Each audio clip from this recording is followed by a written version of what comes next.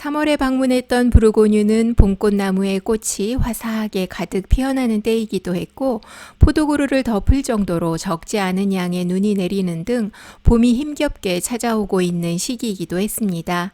이렇게 다시 겨울이 된 듯 추워졌던 주말을 앞두고 포도밭들에는 큼지막한 양철통들이 여기저기 세워지고 있었는데요. 이렇게 눈이 가득 내렸던 높은 곳은 부르고뉴의 어느 지역이었을까요? 또 이곳은 부르고뉴의 어느 마을에 왜 세워진 통들이었을까요? 3월의 부르고뉴로 같이 출발해 봅니다. 안녕하세요. 10미닛 와인 아카데미의 와인 스페셜리스트 제이미입니다. 반갑습니다.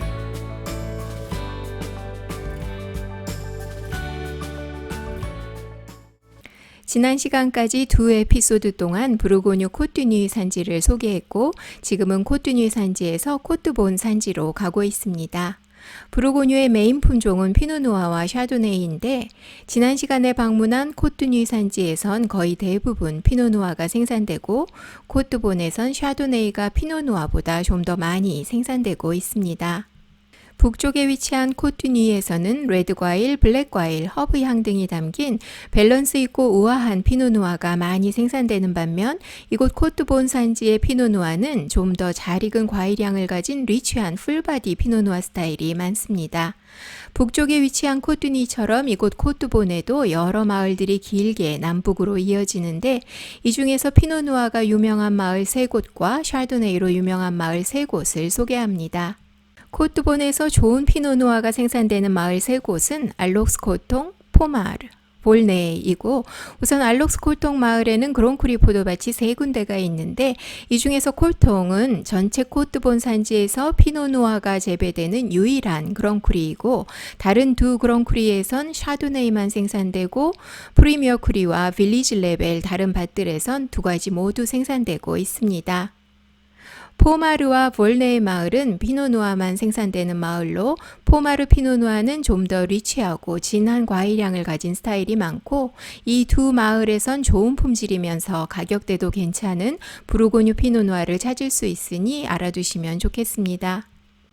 이제 샤도네이 산지를 가봅니다. 피노누아도 생산되지만 우수한 샤도네이로 더 많이 알려진 곳들이고 부르고뉴에서 골든 트라이앵글이라고 불리워지는 마을 3곳입니다. 머소 마을은 그랑크루는 없지만 프리미어 크루와 마을 이름으로 좋은 와인들이 생산되고 있는 곳이고 이제 머소 바로 아랫마을인 퓰리니 몽나시에로 향합니다. 마을 입구입니다. 마을을 지나면 포도밭들이 나오는데 마을 여기저기에 꽃장식이 되어 있는 걸 볼 수 있습니다. 얼마 전 부르고뉴의 큰 와인 축제인 생방상투낭트가 퓰리니 몽나시에서 있었고 2021년 빈티지를 축복하고 축하했던 그 축제의 모습이 이렇게 마을 곳곳에 남아 있습니다. 마을을 지나면 포도밭들이 나옵니다. 마을 쪽으로 가까이 있는 포도밭들은 대부분 빌리지 이름으로 생산되는 포도밭들이고 멀리 오른쪽이 프리미어 크루 포도밭, 왼쪽에 흰색 차량이 보이는 쪽이 유명 샤도네이가 생산되는 그랑크루 포도밭들입니다.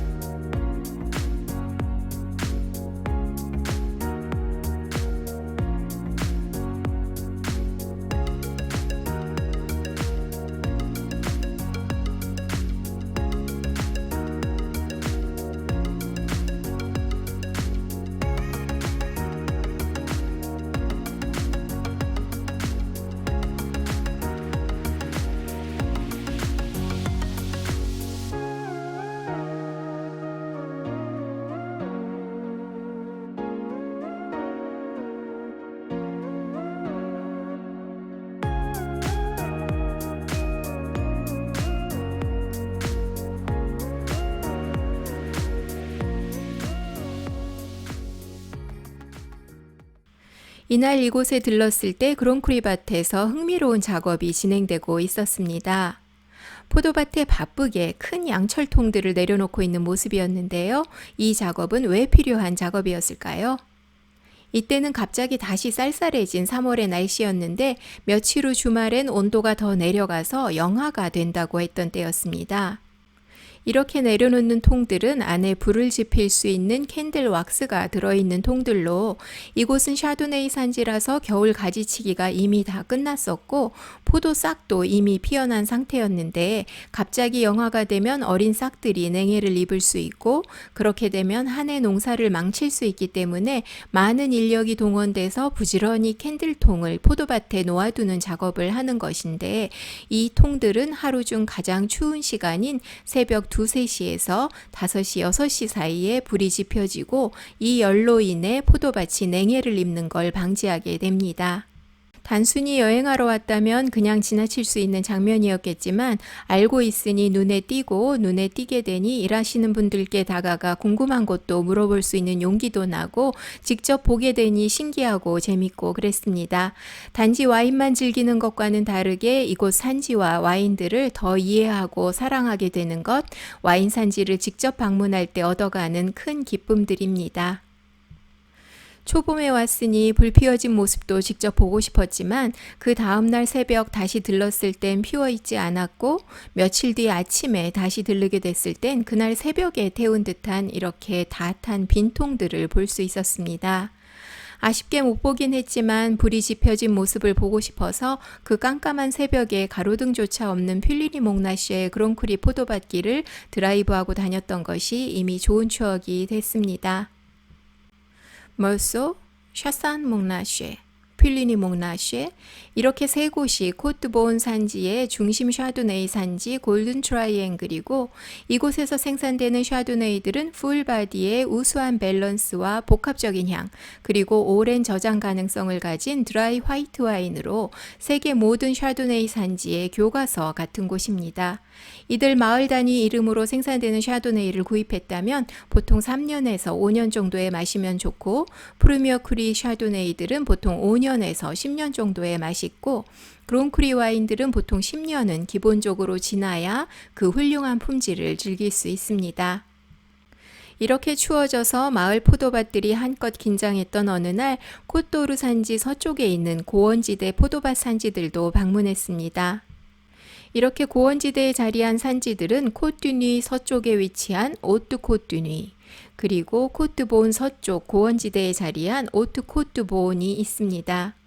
부르고뉴는 그랑크루와 유명 마을 포도밭들로 워낙 유명한 곳이다 보니 이런 산지는 많이 익숙하지 않을 수 있지만 부르고뉴 마을과 유명 포도밭들을 지나 산 위로 올라가는 산지로 오고 가는 길도 아름다워서 여행하면서 둘러보시기에 좋습니다.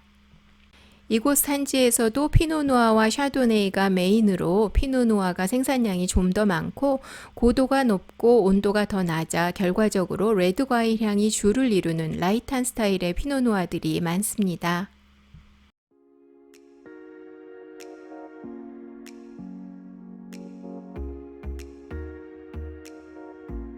지금까지 돌아본 코토르 산지 여러 마을들에는 포도 재배자들이 직접 와인을 생산하는 소규모 생산자들이 대부분인데 이곳 보온에는 우리 눈과 귀에 익숙한 네고시앙들이 많이 자리하고 있는 곳이기도 합니다.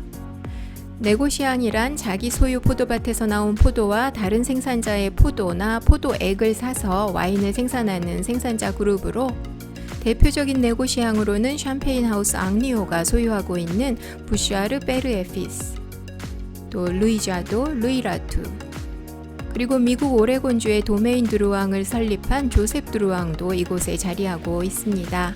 본 중심에 자리한 조셉 드루앙에서 셀러 투어와 와인 테이스팅한 영상을 소개합니다.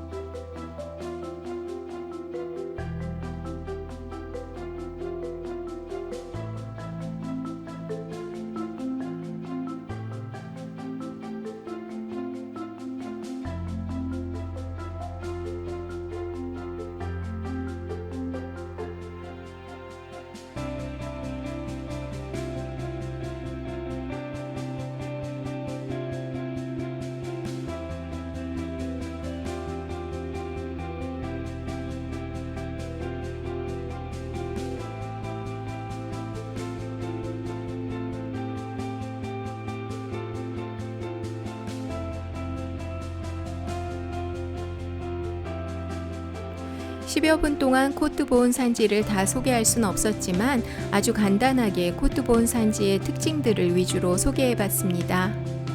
어느새 5월입니다. 다음 시간엔 가족이나 친구들과 함께 나눌 수 있는 음식과 와인 이야기를 해보려고 합니다. 끝까지 강의에 참여해주신 모든 분들께 감사드리고 다음 시간에 다시 만나겠습니다. 감사합니다.